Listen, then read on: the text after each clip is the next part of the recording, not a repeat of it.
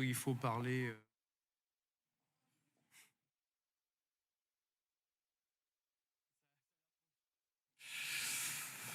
Bon, bah écoutez, permettez-moi de...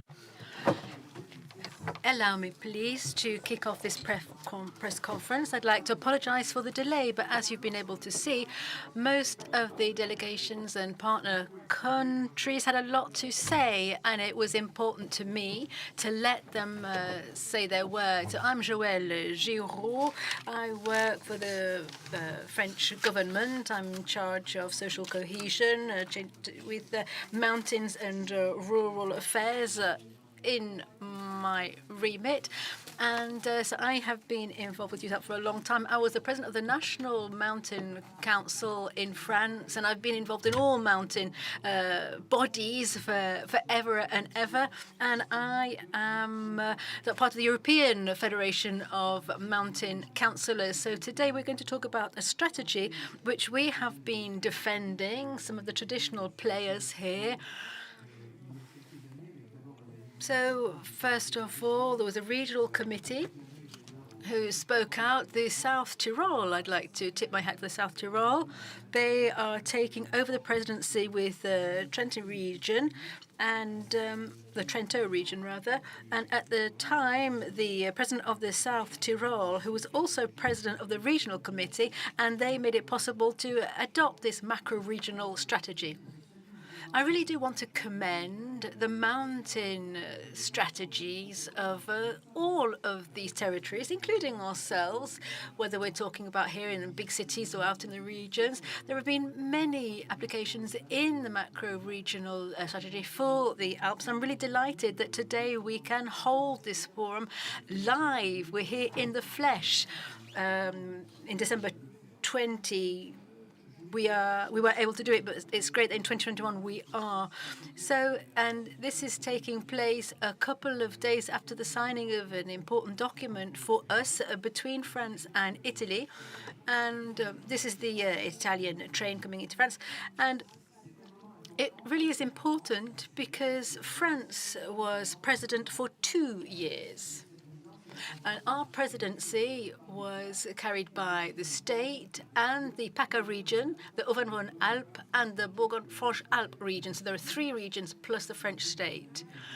So these past 2 years have been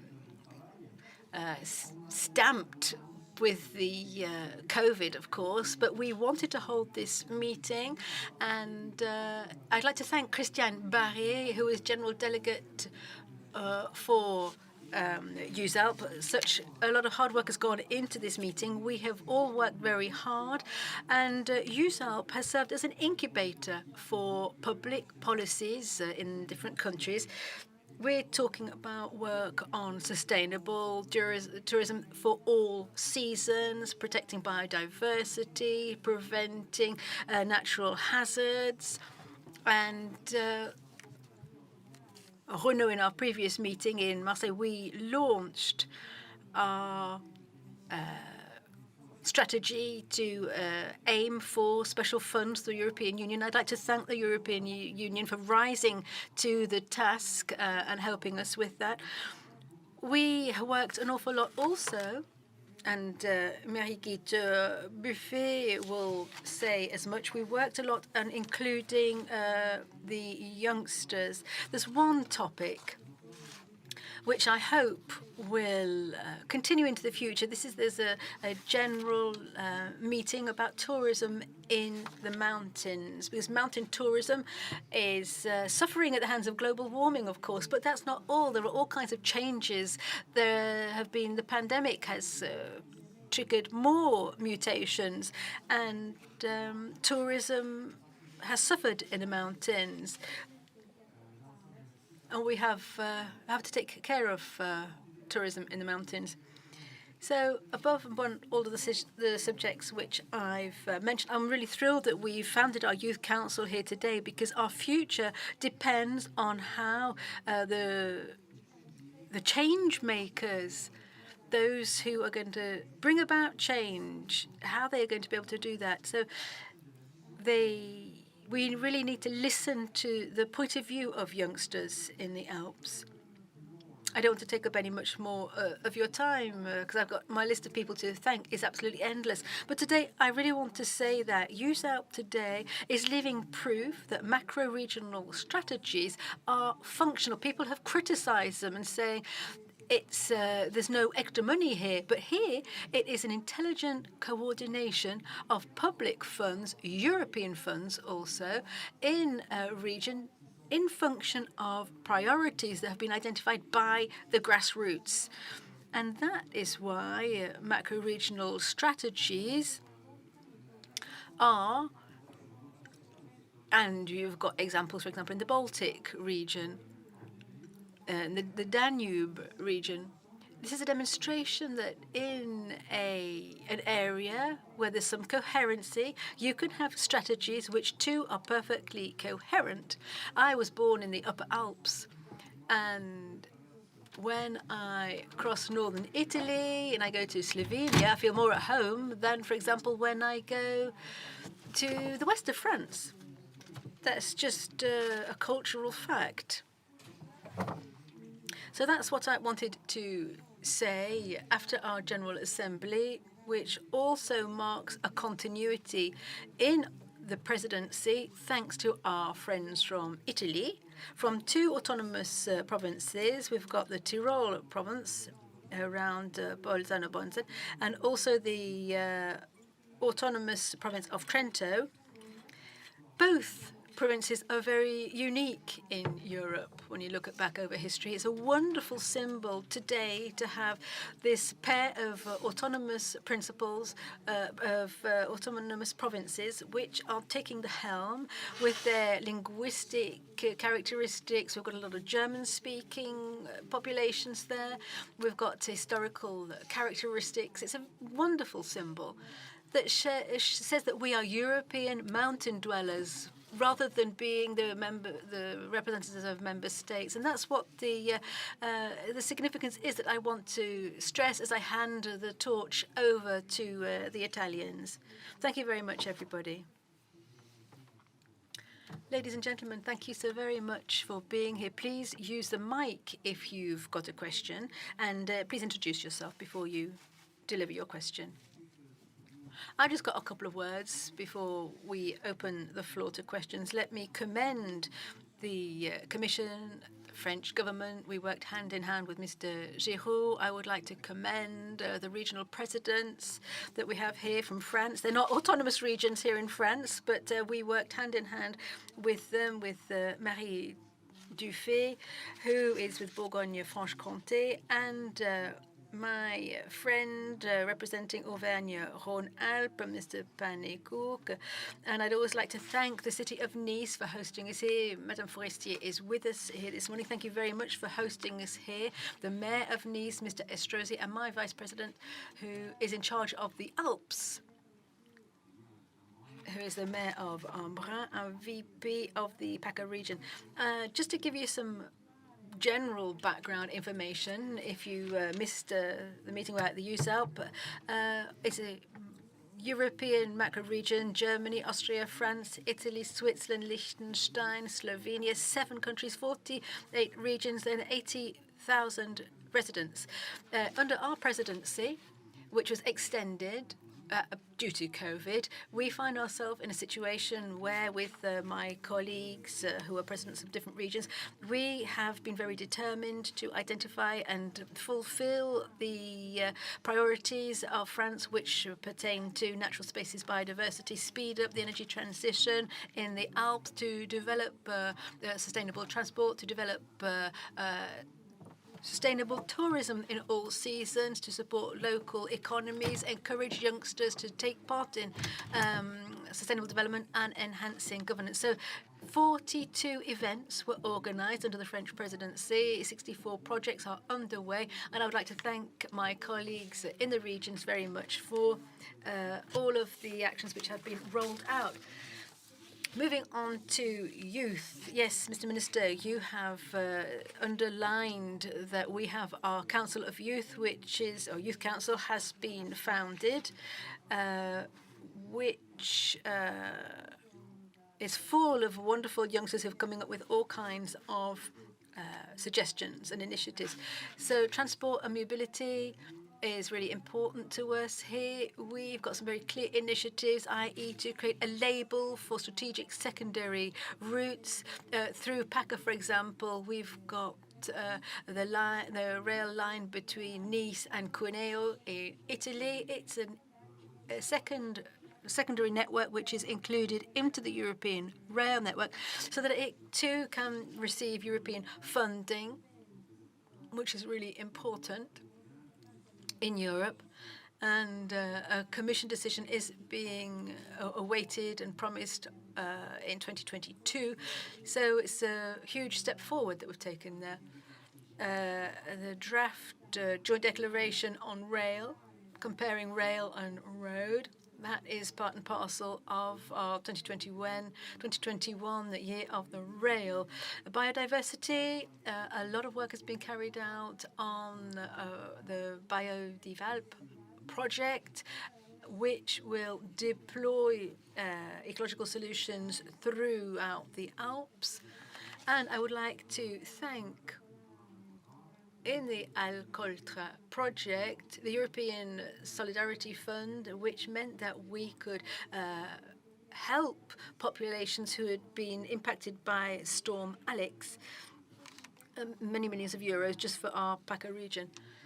And the state has approved, as far as USALP is concerned, a contribution to the sustainable management of water and forest, which is really important going forward. Another point to facilitate the governance of USALP, we have had the European Commission validate a permanent technical secretariat in Nice as of the beginning of 2022, and a secretariat which will have an office in Milan. So those are the key facts which I wanted to share with you, and I wish all the best to my Italian colleagues, and we will be working, of course, together into the future. And I'd like to thank the 3 presidents of the regions here in France, which we co-presided with. Hello very much. I'm representing Made in Marseille. Mr. Secretary of State, what are the major directions for France that France took during the 2-year presidency, and what is France's stance for the future of USALP now that it is no longer president? Well, as far as our position is concerned here in France, every year the presidency changes. Well, usually it's every year.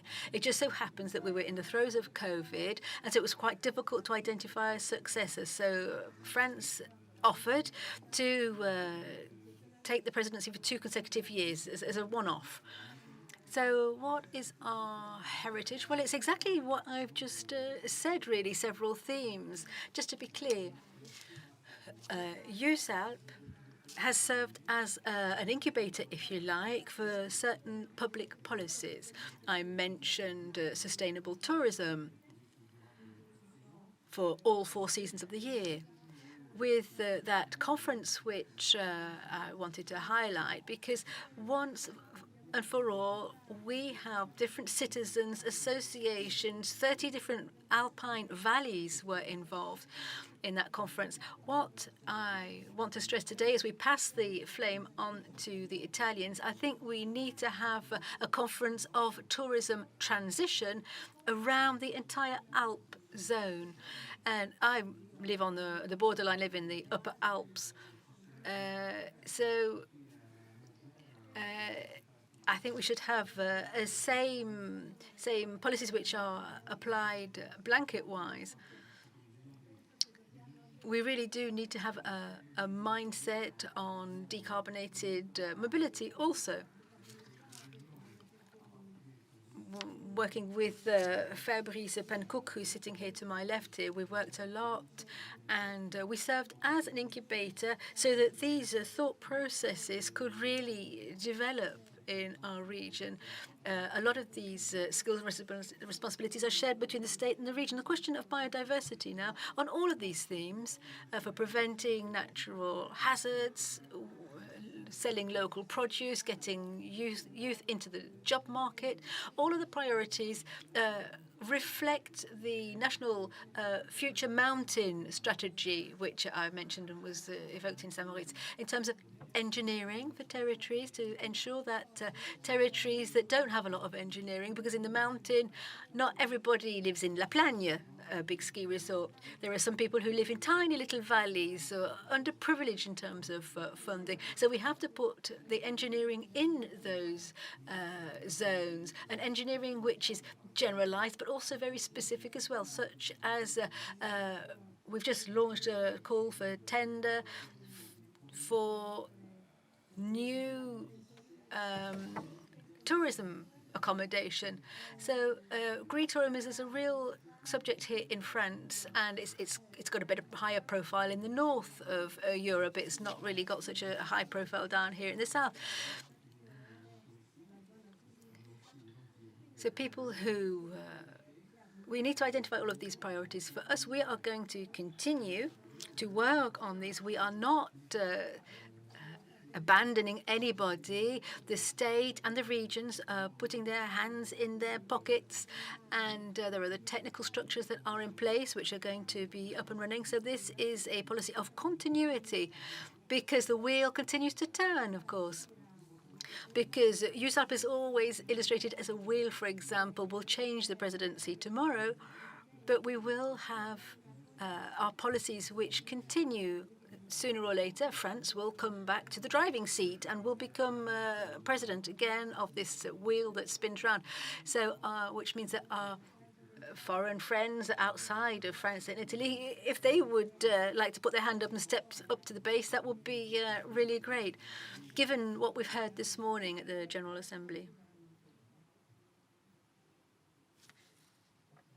Hello.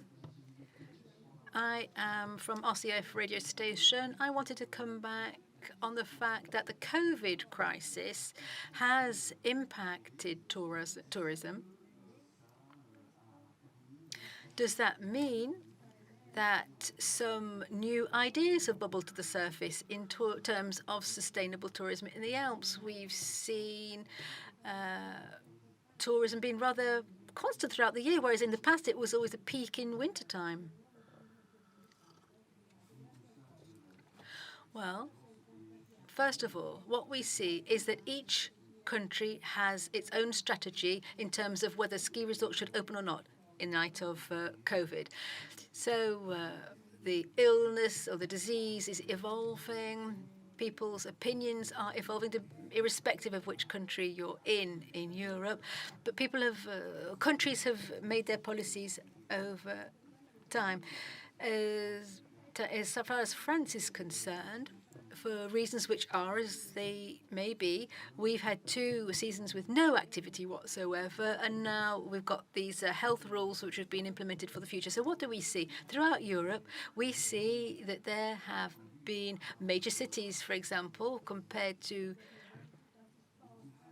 spaces that have fewer constraints, where the population is not as dense, with different evolutions for holiday destinations. In the Alps, we see that we need our ski resorts to keep the valleys alive, but by the same token,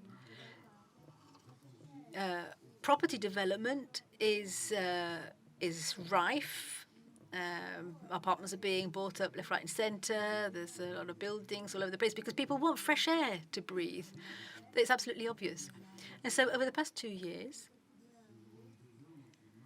well, we have been able to compare our different experiences, our expertise from region to region, country to country, and we note that everybody is becoming more aware about the quality of our woods, forests, valleys, and our biodiversity.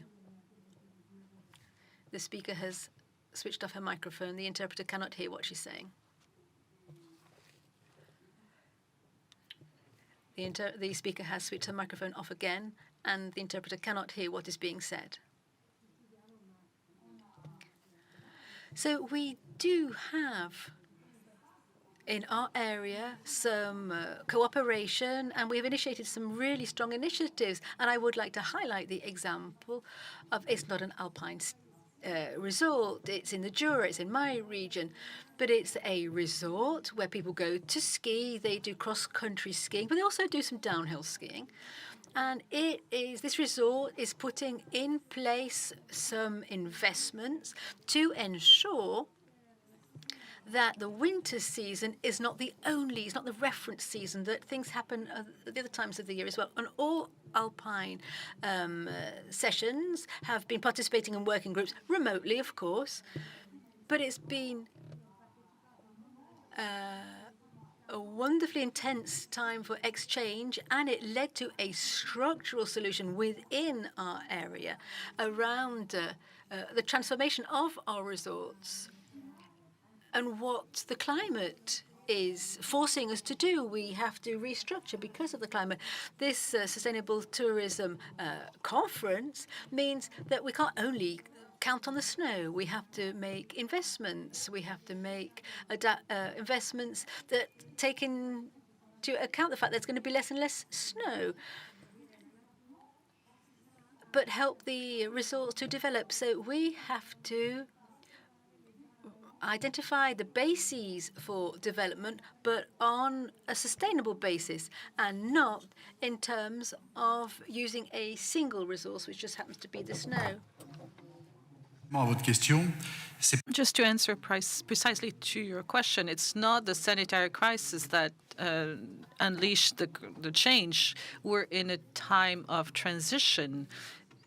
We see a lot of transitions, as a matter of fact, and the sanitary crisis has escalated it, has triggered it. But the subjects for diversification have been around for longer, and the ministry knows about it because they had suggested some ideas, such as the valley spaces, to consider our spaces in altitude as fundamental places, but part of a dimension that is larger, and that would encompass cultural, food traditions.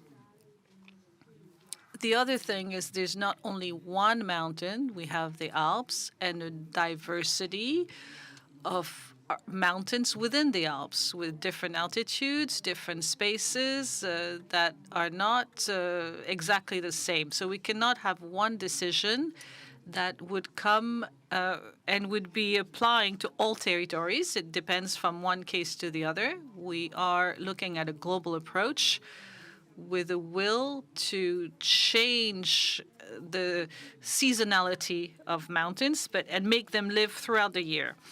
Mountain is a magic space because it is made of various resources and an innovation that can surprise us every day. So in this phase of transition, we discover new options, new possibilities. In order to finance diversification, we need a strong economy. And of course, the economy of snow is a major contribution to the economy, and we cannot live without.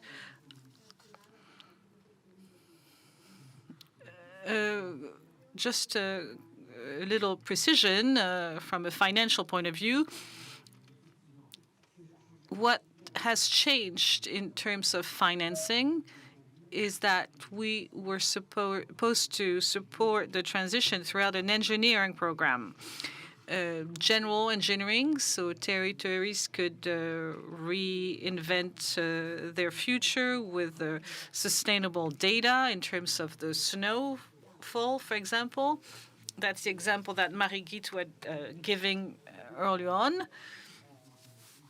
As we're talking about global warming, there was a meter of snow out there when we met, so which means that snow is not disappearing anytime soon.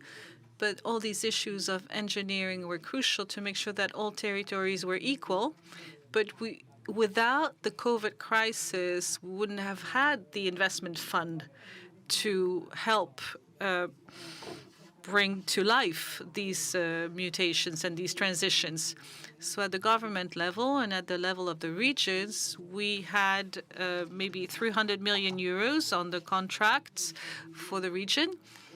We decided to put 50 million of loans from the state side and offer the regions to put 150 million on the same credits, on the same loans, with programs that would be more resilient and that would be better aligned with what we learned during the crisis and how people lived this crisis and lived with the conference of tourism, and how they expressed the desire to see the mountain differently, maybe with a wow factor, that does not exist if you have housing that is 30 years old. And, so we put 300 million more with the regions, at par with the region, and that will allow to finance over the same duration and to have more resilience, more adjustment to change than we would have before.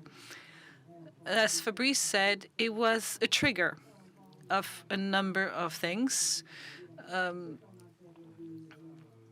The ski resorts, let's not say that ski resorts are not going to be around anymore. It's a way of adjusting reality and make sure that the mountain becomes more what it's like in Northern Europe.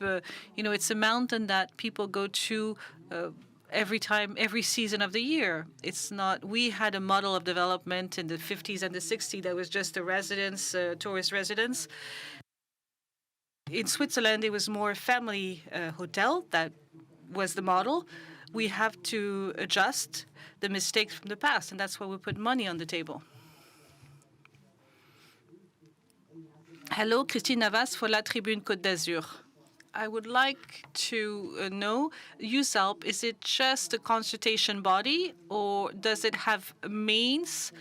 President Muselier was talking about 64 projects. Those projects, are they financed by who? By the states, by the regions?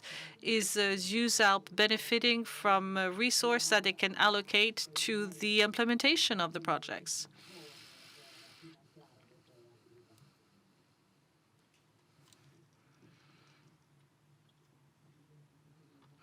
Okay, I will answer in English. No, the macro-regional strategies, they don't have dedicated resources because the idea was that they are supposed to be coordination structures. They are supposed to have their own strategy and then implement the strategy, but this can be done via other means, something that we called embedding territorial cooperation in other programs that are funded by European Union. So in this case, we see member states, we see regions, which also represent very important stakeholders in the cohesion policy.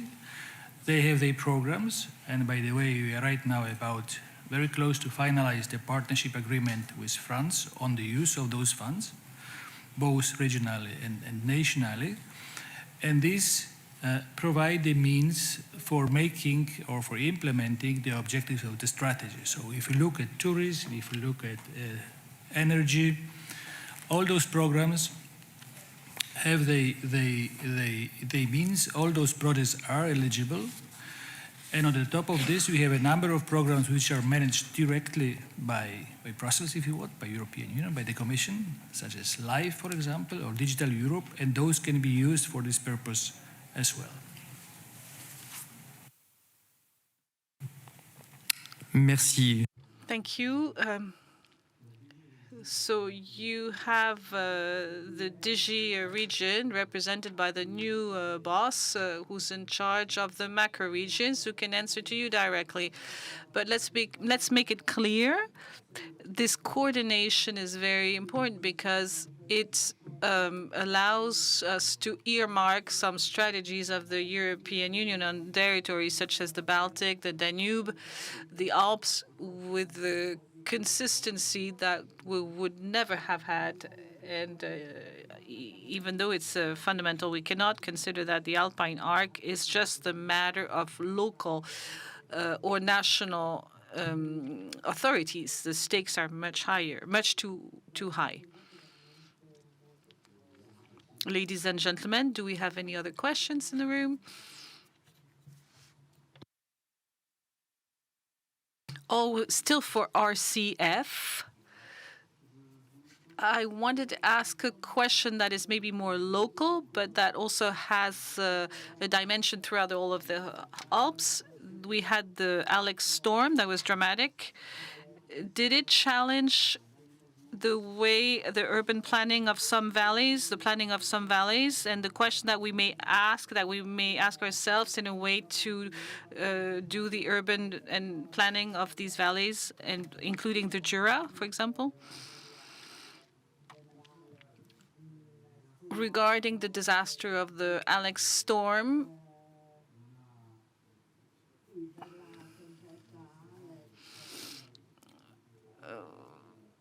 we couldn't say that there was no European solidarity, so we had to have access to the funds. Have access to the Solidarity Fund, you have to go over 1 billion euros of damage, and our valleys have a little less than that amount. So by combining with our Italian neighbors, we went over the bar of 1 billion, and that's why we were eligible for the fund. The second part is that there was an urgency. No more roads, no more electricity, no more access. So the state took care of certain things. Europe helped us on the financial side. From the point of view of the regions, we invested a number of resources to reestablish a number of things that worked. So we had the train being brought back. That's a regional solidarity. And we had some helicopter shuttles that we paid for ourselves. For the reconstruction part, there's a general planning under the control of the state for the territories, depending on the urgency. We brought 20 million in the PACA region for the reconstruction over the 50 that were planned. Europe came and brought 60 million euros in the framework of the Solidarity Fund, obtained thanks to the help of the state because they backed us in our request that we made with Christian Estrosi within the framework of USALP with our Italian neighbors. Within this Rivière contract, we brought an added 10 million. And everything that we did with the region is opening the railway line in October, 8th of October. Intervention within the French and Italian government to reestablish the train between Cuneo and Mas. The line was reopened on May 3rd with 4 daily trips up to Breuil, and with a free ticket up till the end for October. I'm just talking very locally, but since we're here, I know how it mattered. We saved the line Nice-Breuil-Tende, and we'll keep doing it with the necessary means. We are supported by both governments for that, because there is territorial continuity of that train line. So that's what I can tell you on that train line. Reconstructing the roads was handled by the people in charge with the building roads.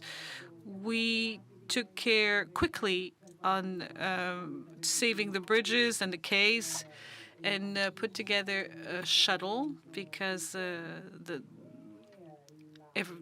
shuttle was used several times a day. I want to add something to what you said on the Alex storm. The issues of natural hazards are bigger than that. This is a case, this is a small case, but we've added another train line to make sure that the policy of the last kilometer could be subsidized, could be funded, whether it's a last kilometer for a ski lift, for example,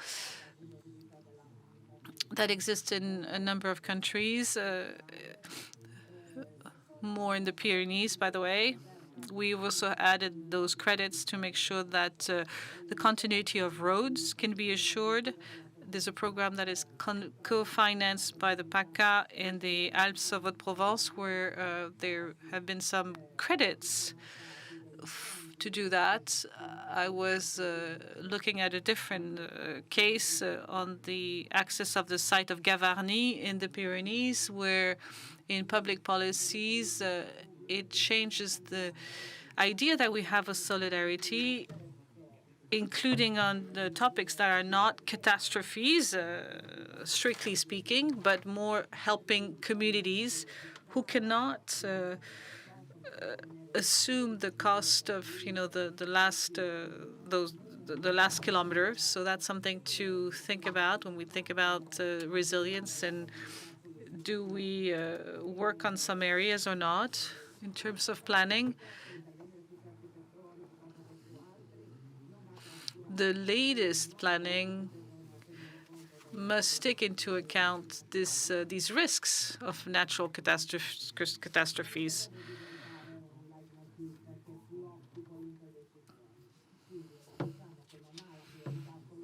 Regarding this disaster, it's 130 million euros that were brought between the region and Europe for the valleys that were impacted. That was the last question of this press conference that is now over.